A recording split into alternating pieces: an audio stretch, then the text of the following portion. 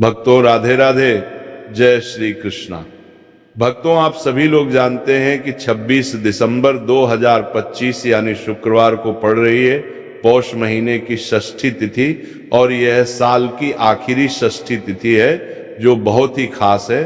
और भक्तों यह वह तिथि है जो पौष मास में पड़ने वाली सबसे बड़ी तिथि है, क्योंकि ये शुक्रवार के दिन पड़ रही है और इसका बहुत ही बड़ा और विशेष महत्व होता है। पूज्य पंडितों और गुरुओं ने कहा है कि अगर कभी भी मौका लग जाए और पौष महीने की षष्ठी तिथि शुक्रवार को पड़ जाए तो आप लोगों को 2 लौंग का उपाय तो अवश्य ही करना चाहिए। इन दोनों का संयोग बहुत ही कम आता है।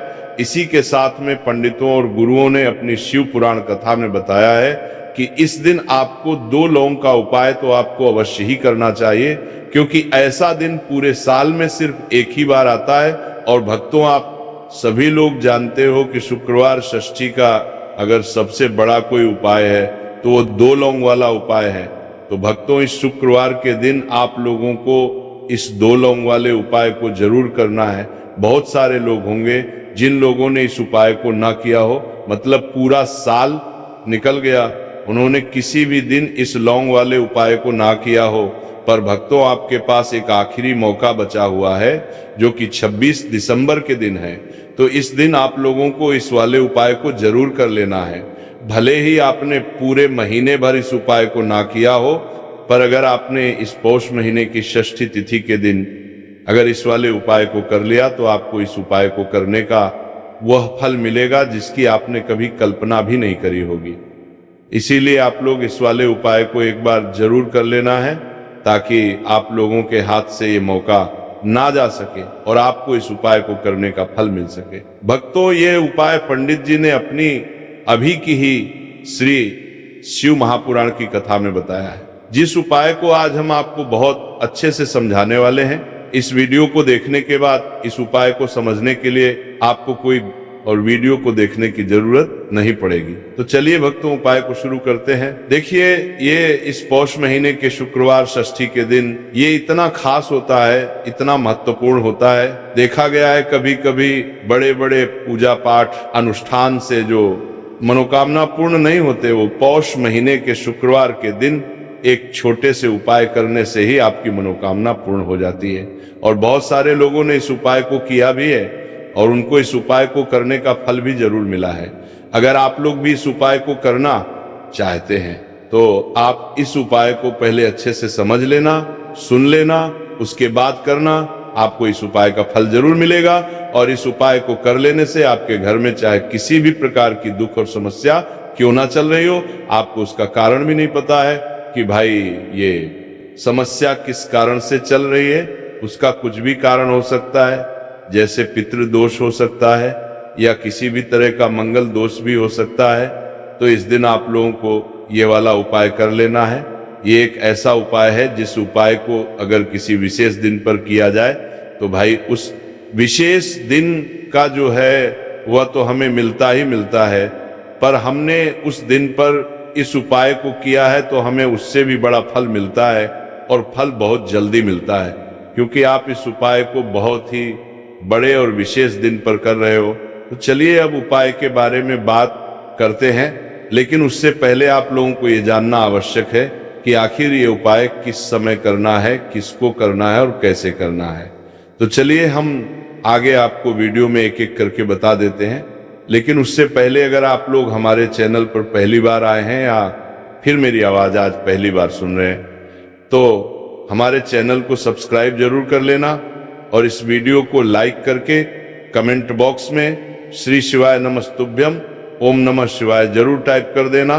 तो भक्तों इस 2 लौंग वाले उपाय को हमें इस शुक्रवार षष्ठी के दिन कैसे करना है, किसको करना है, किस समय करना है और कहाँ पर करना है, ये सारे सवालों के जवाब आपको इस वीडियो में मिल जाएंगे। और जो ये वीडियो देखेगा भाई उसको 2 लौंग वाला उपाय जरूर करना चाहिए, क्योंकि इस दिन लौंग का भी बहुत ही बड़ा और विशेष महत्व होता है। और जब बात आ जाए 2 लौंग की तो ये सोने पर सुहागा वाली बात हो जाती है और ये एक बहुत ही बड़ा उपाय हो जाता है। इस शुक्रवार षष्ठी तिथि का। तो अब भक्तों इस 2 लौंग वाले उपाय को आखिर करना किसको है, सबसे पहले हम लोग वो बात जान लेते हैं। तो देखो, घर की जो बड़ी माताएं बहनें होती हैं, उन माताओं बहनों में से कोई भी एक बड़ी माता बहन इस वाले उपाय को कर सकती है। और भक्तों अगर आप चाहे तो अपने घर में से सभी सदस्यों को भी इस उपाय को करवा सकते हैं। अगर किसी व्यक्ति की खुद की कोई मनोकामना है, खुद को की कोई दुख और परेशानी है जो कि वो अपने लिए ही करना चाहता है, इस वाले उपाय को तो वो खुद अपने लिए भी कर सकता है। बाकी अगर कोई घर में से ऐसा है जो कि अपने पूरे घर परिवार की सुख और शांति के लिए ये वाला उपाय करना चाहता है, तो भाई वो भी कर सकता है, उसमें भी कोई दिक्कत वाली बात नहीं है।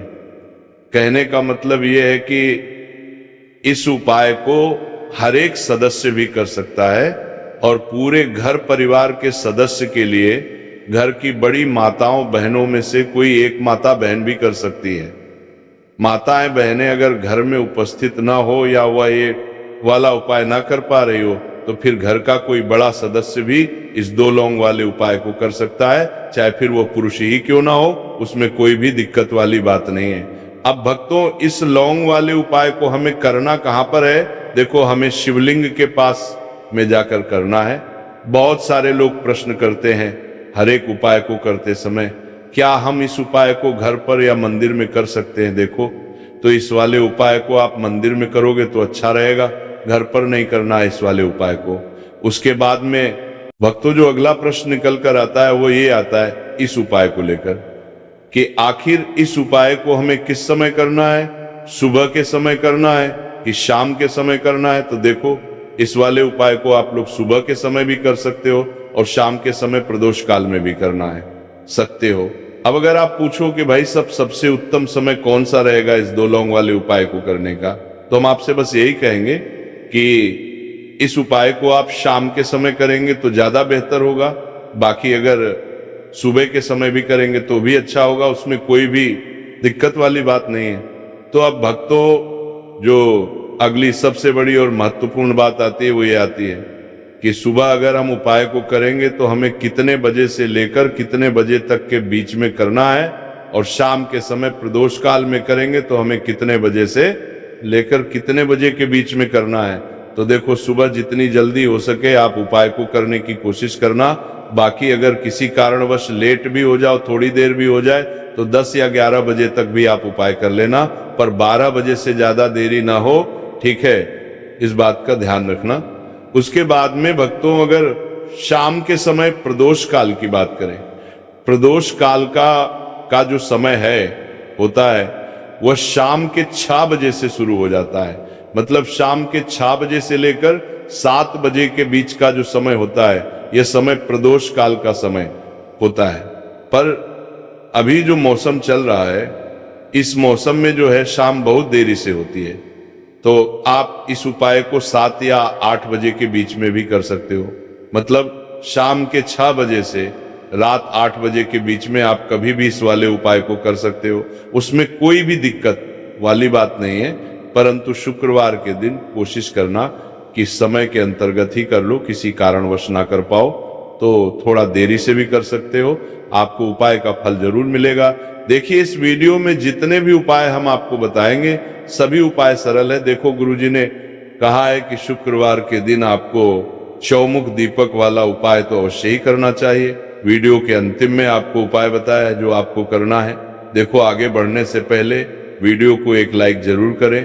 देखो, सबसे पहला उपाय, यदि आपके जीवन में कर्जा बहुत अधिक है, आपके जीवन में संकट बहुत अधिक रहते हैं, आपके ऊपर बहुत अधिक विपदा आ रही है, बार बार आपको अपने व्यापार में और अपने धन में हानि देखने को मिल रही है, यानी कि आपको प्रत्येक कार्य में हानि हो रही है, तो आपको ये उपाय करना चाहिए।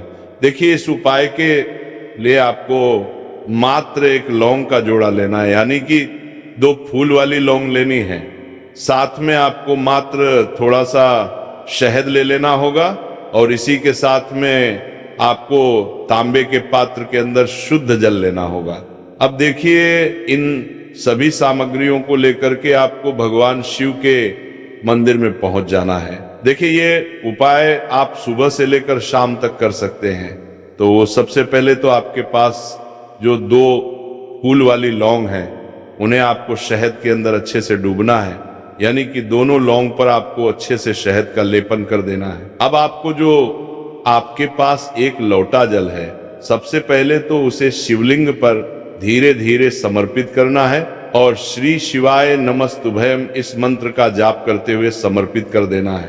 अब आपके पास जो 2 फूल वाली लौंग है शहद से, उसे आपको शिवलिंग पर अर्पित करना है और आपको प्रार्थना करनी है कि जीवन में जो रोग की स्थिति है वह समाप्त हो, जीवन के जो संकट और समस्याएं हैं वह सभी समाप्त हो, जीवन से जो कर्ज की समस्या है वह समाप्त हो। इस प्रकार से प्रार्थना करते हुए ये जो 2 फूल वाली लौंग ही शहद संयुक्त, इससे आपको शिवलिंग पर अर्पित कर देनी है।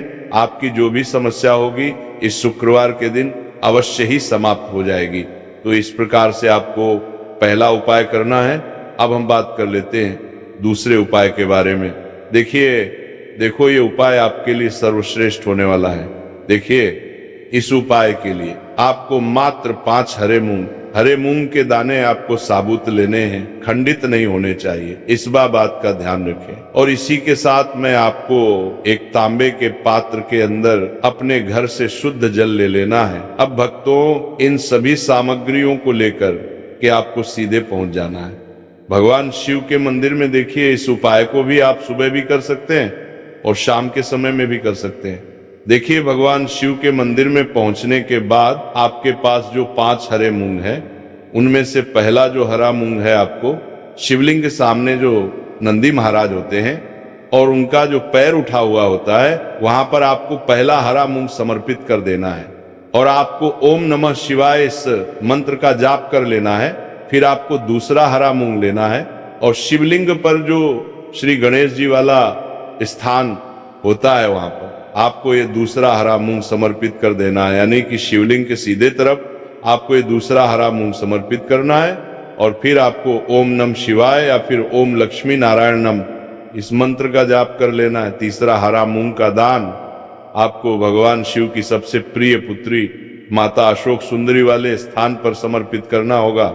शिवलिंग की जो जलाधारी होती है, जहां से जल बह करके आता है, उसी जलाधारी के बीच में जो कहीं न कहीं उठी हुई लाइन होती है सांप की आकृति के रूप में, वहीं पर आपको तीसरा हरा मूंग समर्पित करना है और फिर आपको ओम नमः शिवाय इस मंत्र का जाप कर लेना है।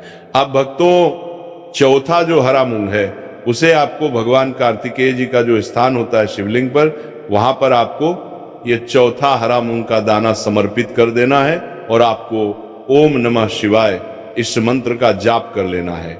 अब भक्तों, आपके पास जो 5वां और अंतिम हरा मूंग बचा हुआ है उससे आपको उससे जल के पात्र के अंदर डाल देना है और इस हरे मूंग से युक्त जल से आपको भगवान शिव के शिवलिंग का अभिषेक कर देना है। जल आपको बिल्कुल धीरे धीरे समर्पित करते जाना है और लगातार आपको शिव महापुराण के मूल मंत्र श्री शिवाय नमस्तुभयम इस मंत्र का जाप करते रहना है।